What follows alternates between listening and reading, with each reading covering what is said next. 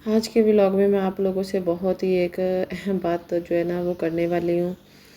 तो वो वीडियो को फुल वॉच कीजिएगा, सब्सक्राइब कीजिएगा, शेयर कीजिएगा, लाइक कीजिएगा और कमेंट में मुझे ज़रूर बताइएगा, क्योंकि आप लोगों के कमेंट से मुझे एक हौसला अफजाई मिलेगी।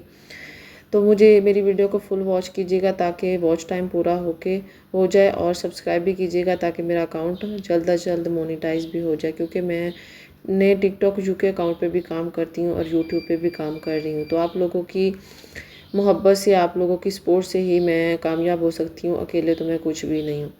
तो अस्सलाम वालेकुम, कैसी है मेरी यूट्यूब फैमिली। उम्मीद है सब ठीक ठाक होंगे, खैरियत से होंगे। मैं भी ठीक ठाक हूँ अल्हम्दुलिल्लाह। आप लोग की दुआओं के साथ एक नए व्लॉग में हाजिर हो गई हूँ। चले जी, आज मैं बनाने लगी थी करेले का सालन। असल में कुछ समझ ही नहीं आता गर्मी में कि इंसान क्या बनाए। औरतों के लिए मुझे लगता है सबसे जो मुश्किल काम है ना, यही है कि आज क्या पकाना है। औरत हर वो कहते हैं पहाड़ को भी टक्कर दे देती है, लेकिन यहाँ पे औरत आके ना औरत फेल हो जाती है कि आज क्या बनाना है। तो मेरे साथ भी कुछ ऐसा ही सीन होता है कि समझ ही नहीं आती, सोचते रहते हैं क्या बनाना है, और जो बना लें वो घर वाले नहीं खाते। तो मैंने अपने बेटे के लिए पहले सेवइयाँ बनाई थी। मैंने कहा चले उसके लिए सेवइयाँ थोड़ी बना के रख लूँ, ताकि वो फिर जब काम कर रही होती हूँ ना, तो उसके दरमियान ही उसको भूख बहुत जल्दी लग जाती है। तो फिर काम छोड़ के जो है ना दोबारा से उसके लिए स्पेशल बनाना वो मुझे थोड़ा मुश्किल लगता है। तो मैंने कहा तब तक सेवइयाँ भी ठंडी हो जाएंगी, फ्रिज में रख दी। मैंने कहा पहले नमाज़ पढ़ ली जाए, फिर ही किचन में आके ना फिर अपना काम कंप्लीट करके ही बाहर निकलूँगी, वरना नमाज़ कज़ा हो जाएगी। तो नमाज़ पढ़ने के लिए मैं जब जाए नमाज़ बिछाई, तो पहले मेरे बेटे ने कहा कि मैं पहले नमाज़ पढ़ूँगा, आप बाद में पढ़ना। नमाज़ बिल्कुल भी पढ़ने नहीं देता, मेरे साथ शरारतें करता रहता है नमाज़ में। बच्चों की ये छोटी छोटी शरारतें जो होती हैं, ये अल्लाह ताला को बहुत पसंद आती हैं। तो चलें जी, नमाज़ के बाद मैं आ गई थी किचन में। मैंने रख दिए करेले फ्राई होने के लिए। साथ मैंने कहा जब तक करेले फ्राई हो रहे हैं मैं आटे को गूँध लेती हूँ। मैंने जल्दी से आटे को गूँध लिया। मैंने कहा जब तक किचन में जो है ना गर्मी होती, बहुत ज़्यादा काम करना मुश्किल हो जाता है। तो जल्दी जल्दी से मैंने कहा जो किचन का जितना भी काम है साथ साथ समेटा जाए, साथ साथ ही जो है ना वो ख़त्म करके ना एक ही बार बाहर निकल जाए, ताकि बार बार गर्मी में ना मुझे आके खड़ा ना होना पड़े। तो मैंने कहा चले जा जल्दी से करेले फ्राई होते तक आटा गूँध लिया था मैंने।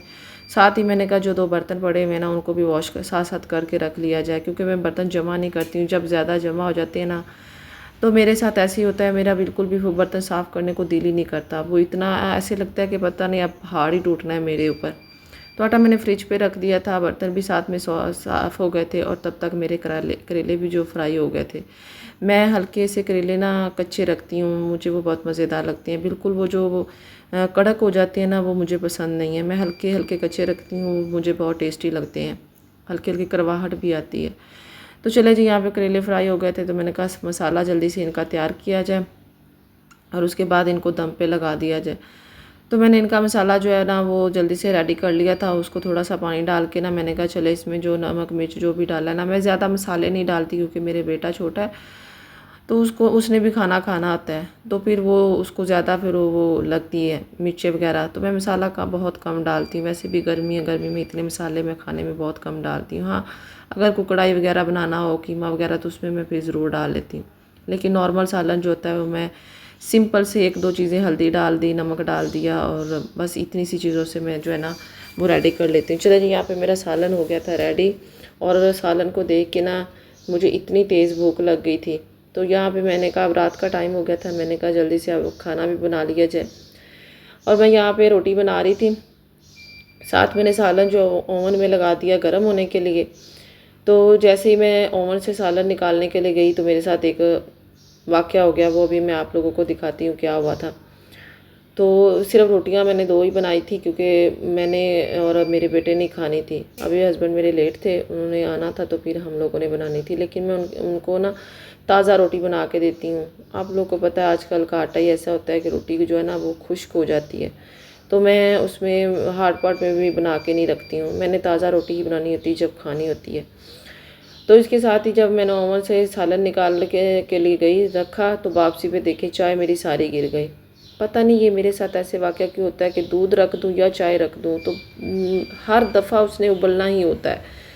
एक एक लिमिट में ऐसे मुँह करूँगी तो मेरे दूध और चाय उबल जाएगी। किस किस के साथ ऐसे होता है मुझे कमेंट में ज़रूर बताइएगा। फिर साथ ही मैंने कहा बर्तन भी धो के ना तो मैंने कहा अब चाहे गर्म या चूल्हा लेकिन साफ़ किया जाए, क्योंकि फिर सुबह जब मैंने नाश्ते में के लिए आना था ना, तो मुझे देख के मेरा सारा मूड ख़राब हो जाना था।